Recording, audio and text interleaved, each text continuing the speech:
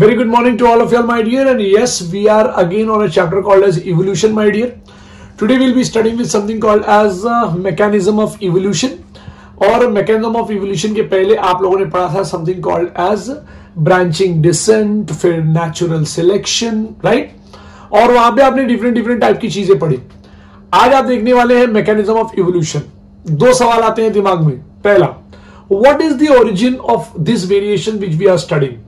माने differences between the organism, among the organisms, you know, ये जो differences हम देखते हैं, ये जो नए नए characters हमारे अंदर आ जाते हैं, how? What is the origin of this? And second question is, how does speciation occurs? मतलब नए नए species का formation कैसे होता है? Even though Mendel had talked of inheritable factors, you know, which influences phenotype. Sir Gregor Johann Mendel ने इसके बारे में बहुत कुछ लिखा था. उन्होंने law of dominance, law of segregation, law of independent assortment. So Darwin, मुझे ऐसा लगता है कि he was talking about arrival for the fittest और सर्वाइवल फॉर द फिटेस्ट. अगर मुझे कोई पूछे तो मैं कहूंगा कि he was talking about survival for the fittest, but Mendel talked about arrival of the fittest. हालांकि ये टेक्स्ट बुक में आपके बुक में ऐसा लिखा नहीं है, बट आप इस बात को याद रखिए कि इन दो ये दो लोगों के बीच में डिफरेंस था कि Darwin is talking about something called as survival for the fittest and Gregor Johann Mendel was talking about arrival for the fittest. And इस पूरे चक्कर में जब ये पूरा हो रहा था, so in the first decade of 20th century, इसके पहले डार्विन ने जब ये बात सुनी कि Mendel is talking about inheritable factors, तो Darwin either ignored these observations or kept silence. God knows what happened, but it was the way I'm telling you. So Hugo de वरीस एक साइंटिस्ट आते हैं in the first decade of 20th century. Hugo de वरीस ये वही इंसान है जिन्होंने फ्लोरा नाम के जर्नल में he submitted the entire first law, second law and third law of Mendel, which was written by Carl Scoren. Mendel ने पूरा एक एसे और प्रैक्टिकल किया था और उसको लॉज में कन्वर्ट किया था कार्ल स्कोरेन ने, और उसको जो है वो ह्यूगो डी वरीस ने अपने फ्लोरा नाम की एक बुक में पब्लिश किया था. So Hugo de Vries is also termed as father of mutation मेरे बच्चों. एंड ह्यूगो डी वरीस का जो वर्क था, it was based on an evening primrose. आप जानते होंगे इस नाम को. So evening primrose, you know, he brought forth an idea of mutation. Now आज के जमाने में, I mean 1953 के बाद जो स्टेटमेंट लगा is mutation is sudden irreversible change occurring in a particular segment of a DNA and which changes the genotype and then the phenotype. लेकिन ह्यूगो de वरीस ने यहां पे क्या कहा? He believed that it is a mutation and mutation is a large difference arising suddenly in a population. Now, what is this large difference? It is a difference in the characters. ठीक है? So, large difference arising in a population. So, he believed that it is a mutation which causes evolution and not the minor variations, my dear. बात समझने की कोशिश कीजिएगा. What he believed? He believed that it is a mutation which is causing the evolution, right? Or which causes the evolution and not the minor variation. That is heritable variation, जो Darwin ने उस समय बात की थी. पहला बात. दूसरा बात, mutation is a random and directionless. ये बहुत इंपॉर्टेंट पॉइंट है, तो मैं यहां पे लिखूंगा कि mutation was very first time derived और गिवन बाय ह्यूगो डी वरीस, और इनको कहा भी जाता है कि he is the father of mutation theory. He is the father of mutation theory. And he was working on a plant called as a primrose. ठीक है, मैं कहूंगा इवनिंग प्रिमरोज. ठीक है, सो इवनिंग प्रिमरोज पे काम कर रहे थे और इन्होंने कहा था, इन्होंने आइडिया ऑफ म्यूटेशन इन्होंने ही दिया था, और इन्होंने ये कहा था कि large differences arising suddenly in a population, that is what is something called mutation. Basically are random and directionless. ये भी लिखना पड़ेगा, random and directionless. Okay, so क्या पता चला मेरे बच्चों कि mutation is what? It is random and directionless. लेकिन डार्विन का जो वेरिएशन था, यहां पे ये भी लिख देता हूं. सो डार्विन का या डार्विनियन वेरिएशन क्योंकि वेरिएशन का बात उन्होंने ही किया था। So Darwinian variation is what, it was very small and something called as a directional, ठीक है ना। तो डार्विनियन वेरिएशन क्या था, it was small and direction वाला था। ओके हाँ है ना। सो पहला बात क्या पता चला कि म्यूटेशन क्या होता है, it is random and directionless. तो मैंने लिख दिया यहाँ पे mutation is random and directionless. And Darwinian variation का मैं क्या करूंगा, it is Darwinian variation was very small, हाँ, एंड इट वाज डायरेक्शनल, ठीक है। तो ये दो पॉइंट आपको याद रखना है। अब evolution for Darwin was gradual, ठीक है। एक और पॉइंट रख लेते हैं बहुत इंपॉर्टेंट।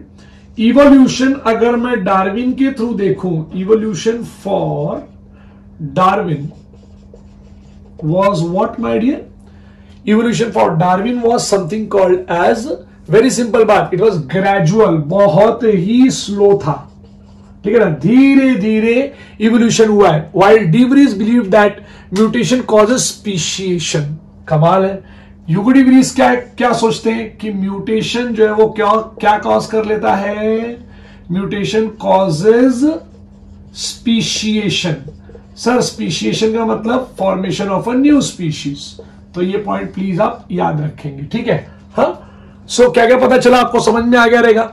और इसलिए इसको, ये पूरे फिनोमिनन को कहा गया एक वर्ड जिसका नाम था saltation. Now what do you mean by the word saltation?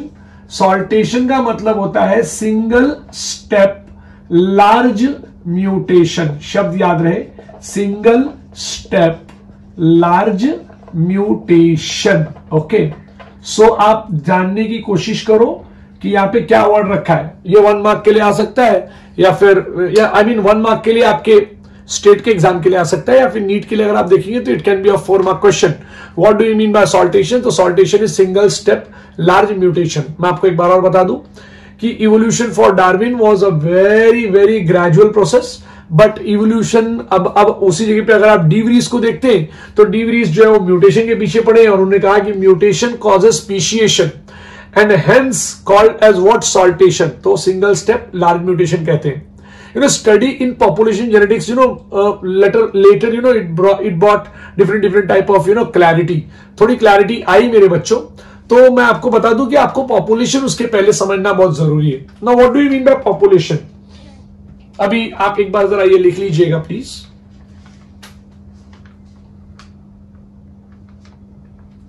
तो अब हम लोग बात करेंगे समथिंग कॉल्ड एज, एक नए टॉपिक है, इसका नाम होगा हार्डी-वीनबर्ग प्रिंसिपल। देखो बच्चों, हार्डी-वीनबर्ग प्रिंसिपल पढ़ने के पहले आपको पढ़ना होगा what do you mean by population. So population का मतलब क्या होता है? Population is a number of individual, या फिर सम total of all the individual present in a particular area. याद रखो मैंने क्या स्टेटमेंट दिया है, बहुत ही इंपॉर्टेंट स्टेटमेंट है। What do you mean by population? Population is defined as sum total of all the individual present in a particular area. लेकिन वो जो इंडिविजुअल होने चाहिए दे should be of a same species मेरे बच्चों, ये बहुत इंपॉर्टेंट पॉइंट है, ठीक है ना। तो सेम स्पीशीज के होने चाहिए, इस बात को आप याद रखो, right. So population is defined as sum total of all the individuals present in a particular area, और basically they should be of a same species. तो आप बोलोगे सर सेम स्पीशीज के ही लोग को पकड़ेंगे, जैसे अगर मैं ह्यूमन पॉपुलेशन बोलूं तो खाली ह्यूमन बीइंग्स आएंगे, मॉस्किटो के पॉपुलेशन बोलूं तो खाली मॉस्किटो के पॉपुलेशन आएंगे। तो ये पॉइंट आपको याद रखना है, ठीक है। अब पॉपुलेशन अगर शब्द आपको याद हो जाता है, ठीक है, अब तो आप बोलोगे सर स्पीशीज का मतलब क्या होता है? Species is a group of an individual which can interbreed with each other. मेरी बात ध्यान से सुनो, species is a group of an individuals which can interbreed with each other, लेकिन population is sum total of all the individuals present in a particular area। ये बहुत important है, particular area में रहते हैं और वहां पर वो इंटरब्रीड कर लेते हैं, that is what is population. अब पॉपुलेशन अलग अलग टाइप के होते हैं। सो मान लीजिए कि अब आपको एक नया कॉन्सेप्ट के लिए मुझे पॉपुलेशन पढ़ाना होगा, तो वो जो कॉन्सेप्ट है, the name of the concept is Hardy Weinberg principle my dear. Now what do you mean by the Hardy Weinberg principle? सबसे पहली बात तो हार्डी कहां के थे, वीनबर्ग कहां के थे, और ये प्रिंसिपल किस चीज का है? ये आपको पूरा समझ के लेना होगा। पहला point, Hardy he was a British, ठीक है, ओके, और Weinberg he was a German, ठीक है, हाँ, और इन लोगों ने अपने लेवल पे, अपने दम पे इस पूरे प्रिंसिपल को तैयार किया था, ठीक है, और नाम रखा गया Hardy Weinberg principle, okay. So अब इसको पढ़े कैसे, and what does Hardy Weinberg principle states. ये प्रिंसिपल क्या बोलता है मालूम है क्या, कि the allele frequency in a population, the allele frequency in a population, मैंने अभी आपको पॉपुलेशन का डेफिनेशन दिया है, the allele frequency in a population are stable, बहुत important point, are stable and is constant from generation to generation. बहुत ही logical statement. The allele frequency in a population are what, are stable and is constant from generation to generation. तो आप बोलोगे तो इसके लिए मैं बताता हूं। In a given population, one can find out the frequency of occurrence of alleles of a gene or a locus. अब आप बोलोगे सर ये तो बड़ा कॉम्प्लेक्स हो गया है ना, कि alleles of a gene or a locus, मतलब ये देखिए ये क्रोमोसोम होता है मेरे बच्चों। अब मान लीजिए कि ये आपके बॉडी के अंदर मम्मी से आया हुआ क्रोमोसोम और पापा से आया हुआ क्रोमोसोम है। This is chromosome number 1, this is also chromosome number 1। तो इसके ऊपर यहां पे जीन प्रेजेंट है, देखो इस तरीके से। अब ये दोनों जीन जो है वो यहां पे हम इसका नाम रख देंगे अलील्स या allelomorph. So they are allele of each other, they are alternative form of a gene, basically they are alleles. और ये दोनों का जो पोजीशन है, ये पोजीशन कभी भी चेंज नहीं होता। माने अगर आपके पास यहां पे आई कलर का जीन है तो दुनिया में जितने भी ह्यूमन बींग्स अगर आप देख रहे हैं, सारे ह्यूमन बींग्स, चाहे वो चाइनीज हो, चाहे वो अमेरिकन हो, चाहे वो इंडियन हो, सारे के सारे ह्यूमन बींग्स के क्रोमोसोम नंबर 1 के इसी पोजीशन पे आई कलर का जीन होगा अगर है तो ये पॉपुलेशन क्या बताता है बेसिकली। देखिए अब आपके बुक में इसको धीरे धीरे ओपन किया गया, मैं आपको अभी बता दूं कि allele frequency in a population always remains constant और stable from generation to generation until it is being disturbed by some factors. ये मेरा बात आप याद रखना है जो मैंने अभी बोला है आपको, until it is being disturbed by some factors. So the gene pool, okay my dear, now the gene pool is what? It is a total what? It is a total genes and their alleles in a population. That is what is something called as a gene pool, okay. And when this gene pool, according to Hardy-Weinberg principle, this entire gene pool remains constant my dear. तो जब मैं remains constant बोलता हूं तो this is called as a genetic equilibrium my dear. And sum total of all the allelic frequency is 1. हमने यहाँ पे sum total of all the allelic frequency is what हमने मान लिया है यहाँ पे 1 मेरे बच्चों, ठीक है। अब मैंने यहाँ पे नहीं रखा है, allelic नहीं लिखा है, लेकिन आपको याद रखना है कि the sum total of all allelic frequency is what 1. हमने इसको मान लिया है मेरे बच्चों। तो अब मैं आपको एक बात बताना चाहूंगा कि यहां पे मेरे पास एक पॉइंट है कि individual frequency named P and Q। अब देखिए हमने डिप्लॉयड सेल या डिप्लॉयड ऑर्गेनिज्म की बात की है, तो डिप्लॉयड ऑर्गेनिज्म में हमेशा जैसे मैंने बताया कि यहां पे ऐसे 2 क्रोमोसोम रहेंगे। क्रोमोसोम नंबर 1 का एक और फॉर्म रहेगा क्रोमोसोम नंबर 1, क्योंकि ये आपको मदर से मिला हुआ है, ये आपको फादर से मिला हुआ है, राइट। तो आपको ये बात याद रखनी है। अब मतलब एक जीन, इस जीन का नाम होगा A, ध्यान से सुनिएगा।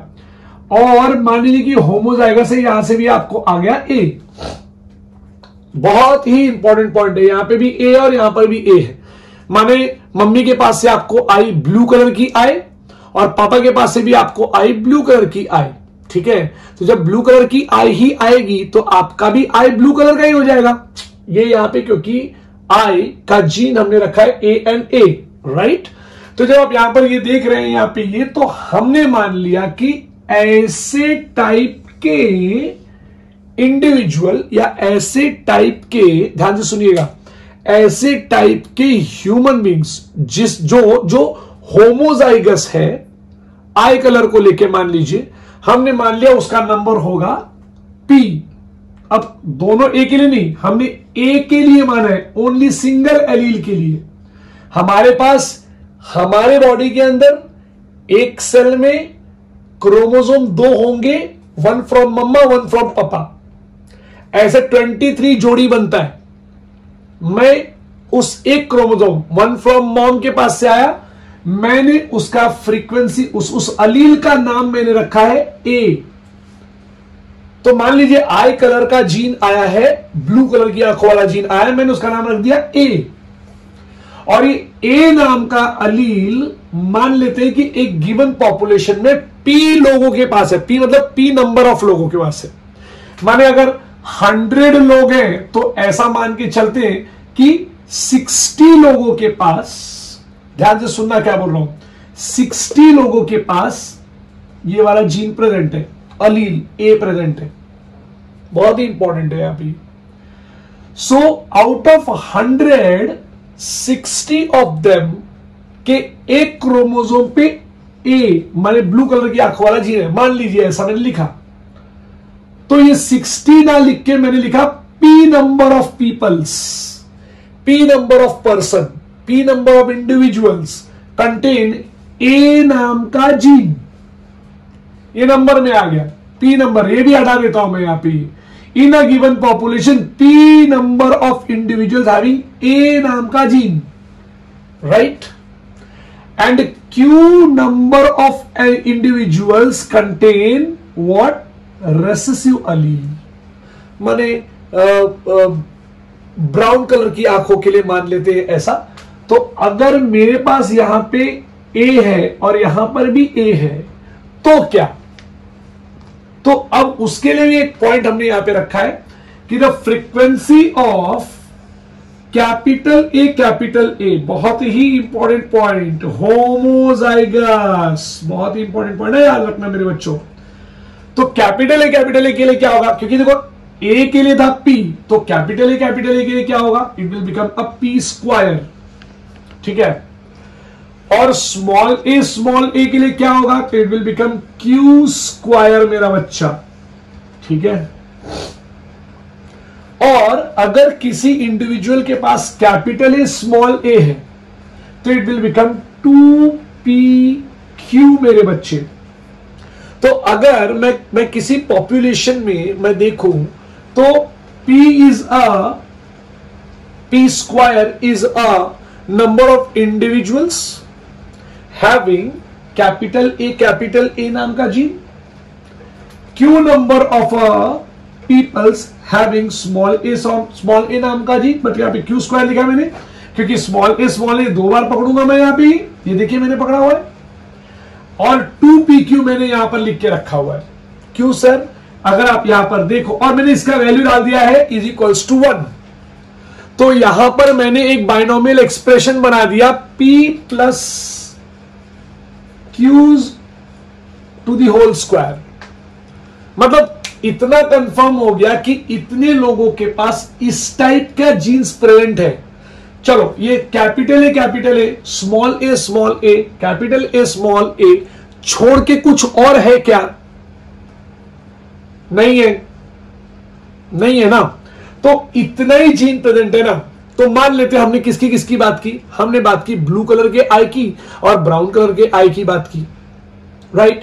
तो आप कितना भी पॉपुलेशन देख लो, मतलब पॉपुलेशन मतलब गिवन एरिया का पॉपुलेशन देख लो, जहां पे मैंने हार्डी-वीनबर्ग प्रिंसिपल को अप्लाई किया है, तो वहां पे ब्लू और ब्राउन कलर के ही आंखों वाले लोग होंगे। मान लीजिए पी स्क्वायर रखा ब्लू कलर की आंखों के लिए, स्मॉल ए क्यू स्क्वायर के कुछ लोग हैं यहां पे, उनके पास जो ब्राउन कलर की आंखें, इनके पास ब्लू कलर की आंखें, इनके पास ब्राउन कलर की आंखें, और कुछ लोग ऐसे जो हेटेरोजाइगस है उस अलील को लेके। तो यहां पर मैं रख दूंगा, यहां पे मान लीजिए कि ब्लू डोमिनेंट है या फिर ब्राउन डोमिनेंट है, जो भी डोमिनेंट करना होगा वो हम बाद में देख लेंगे। लेकिन इतने नंबर ऑफ इंडिविजुअल, अब ग्रीन कलर की आंखों का कलर तो नहीं आएगा ना यहां पे, right. That is what is termed as Hardy Weinberg constant. लेकिन ग्रीन कलर की आंखों का भी अलील और जीन यहां पे आ सकता है, लेकिन जैसे ही वो अलील किसी कारणों की वजह से आएगा, I will be discussing that reasons right now, लेकिन वो आ सकता है। अगर वो आया तो हार्डी-वीनबर्ग प्रिंसिपल क्या हो गया, डिस्टर्ब्ड हो गया मेरे बच्चों। This is very very miraculous thing which I am going to tell you my dear. Hardy-Weinberg principle states that p square plus 2pq plus q square is always something called as 1। मतलब brown colour की आंखों वाला gene है, blue colour की आंखों वाला gene है, तो पूरे पॉपुलेशन में या तो ब्राउन या तो ब्लू कलर की आंखों वाले ही जीन प्रेजेंट होंगे, तीसरा अलील वहां पर नहीं आएगा। When frequency was measured, my dear, it differed from the expected value। We also got green color वाला भी allele,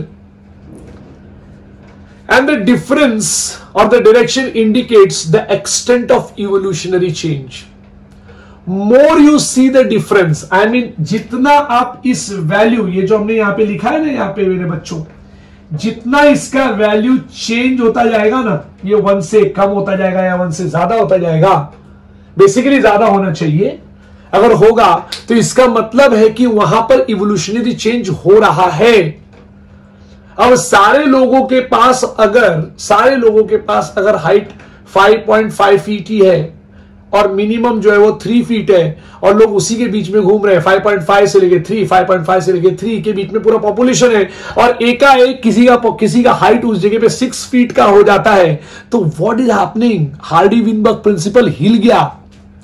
जो हार्डी-वीनबर्ग प्रिंसिपल ने अपने आप को कॉन्स्टेंसी मेंटेन करके रखी थी, कांस्टेंट, वो मेंटेन नहीं कर पाया। More is the fluctuation my dear, more is an evolutionary change. तो अब आप मुझे अपने कमेंट बॉक्स में लिख के दिखाएंगे या फिर आप मुझे लेक्चर में बताएंगे मुझे कि आपको क्या लगता है, हार्डी-वीनबर्ग प्रिंसिपल को कांस्टेंट रहना चाहिए या वो थोड़ा सा फ्लक्चुएट होना चाहिए या वो ज्यादा फ्लक्चुएट होना चाहिए। आप मुझे 3 में से किसी एक का आंसर देंगे अच्छे से पढ़ने के बाद। ना disturbance in a genetic equilibrium और Hardy Weinberg equilibrium, that is change in the frequency of a allele in a population, would then be interpreted as resulting in evolution my dear. Now there are 5 factors, इस दुनिया में 5 factors ऐसे जो Hardy-Weinberg equilibrium को affect करते हैं मेरे बच्चों। मैं आपको वो सारे, मैं 1 मिनट के लिए हटता हूं, जरा सा लिख लेना आप।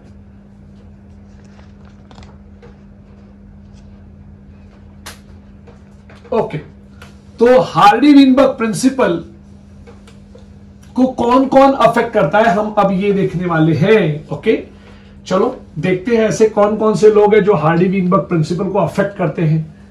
तुमको कुछ आइडिया है मेरे बच्चों तो प्लीज मुझे बता देना। So will go by that my dears. तो हार्डी-वीनबर्ग प्रिंसिपल को अफेक्ट करने वाले वो 5 फैक्टर देखते हैं कि ये आपने कहीं ना कहीं सुना है या नहीं सुना है। So the first factor which affects Hardy Weinberg principle is gene migration. Now what is gene migration, देखते हैं। जीन माइग्रेशन का दूसरा नाम होता है gene flow. So these are the 5 factors which are going to affect what, Hardy Weinberg equilibrium. So gene migration और gene dash gene flow, ठीक है। सेकेंड नंबर का point genetic drift my dear, ठीक है, ये भी लिख लेंगे। So it is genetic drift. Sir third कौन सा है? Third is something called as what मेरे बच्चों, म्यूटेशन। नाम तो सुना ही होगा, तो म्यूटेशन अगर हो गया तो भी। नंबर 4 अगर आप देखेंगे तो इट इज जेनेटिक रिकॉम्बिनेशन, हम सब में होता है।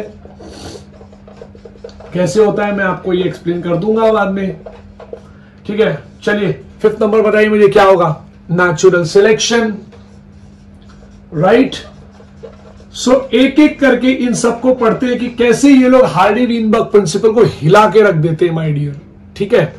सो अब ये लोग ने हिलाया है तो किस तरीके से, क्या डिफरेंस, क्या जो है वो सेटिंग किया है, क्या अरेंजमेंट किया है, क्या गड़बड़ियां हो गई है, ये देखते हैं मेरे बच्चों।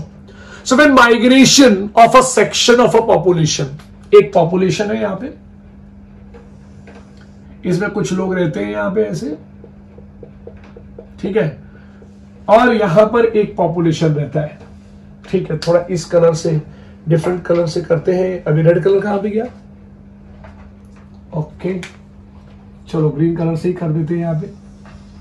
सो यहां पे ये, अब ये लोग ने यहां पे माइग्रेशन कर लिया मेरे बच्चों, और यहां पे सब इस तरह के लोग रहते थे, इमेजिन कीजिए, ठीक है ना। ओके, एंड दे माइग्रेटेड, देखो यहां से माइग्रेट कर गए, राइट। सो अब ये हुआ कि when migration of a section of population to another place and population occurs, यहां पे क्या लगता है आपको, जीन फ्रीक्वेंसी चेंज होगी कि नहीं होगी मेरे बच्चों, राइट। तो gene frequency my dear gene frequency change in the original as well as the new population. Gene frequency change होगी, धीरे धीरे यहां पे ये लोग जो है वो थोड़ा सा और बढ़ जाएंगे, ऐसे रिप्रोड्यूस करेंगे, राइट। अब ये इन लोग का मेटिंग होगा एक दूसरे से ऐसे, राइट। ये ब्लैक और ग्रीन जो मैं बता रहा हूं यहां पे, so they will mate my dear, क्योंकि ये लोग यहां पर आ गए तो दे विल स्टार्ट मीटिंग, और जब मीटिंग हुई तो ये लोगों ने जीन ट्रांसफर कर दिया मेरे बच्चों। सो न्यू जीन और new allele is added in a new population. तो नए पॉपुलेशन में नया जीन ऐड हुआ है कि नहीं ऐड हुआ? New gene is added here, और यहां से जीन क्या हो गया, लॉस्ट हो गया। यहां से जीन लॉस्ट हुआ और यहां पे जीन क्या हो गया मेरे बच्चों, ऐड हो गया, राइट। समझो बाहर गांव से कोई आया, पर्पल कलर की आय वाला, और यहां पर आके उसने जो है वो शादी कर लिया, और यहां पे उसके पॉपुलेशन बढ़ गए, और 10-15 जो है वो, इमेजिन कीजिए ऐसे 10-15 जो है वो बच्चे जो है वो आ गए, राइट, पर्पल कलर की आंखों वाले, इमेजिन कीजिए, राइट। और फिर उनकी भी शादी हुई, ऐसे करते करते पूरे पॉपुलेशन में पर्पल कलर की आंख हो गई। That is what is gene flow my dear, that is what is gene flow. अब पर्पल कलर की आंखों वाला मान लो ऑस्ट्रेलिया से आया हुआ था, right? So there would be a gene flow, and if this gene migration happens multiple times, my dear, and if the same change, and multiple time अगर होगा तो पक्की बात है कि gene flow हो जाएगा, and the same change occurs by chance। समझो by chance ऐसा हो गया, ऐसा होना नहीं चाहिए लेकिन हो गया, तो it is termed genetic drift मेरे बच्चों।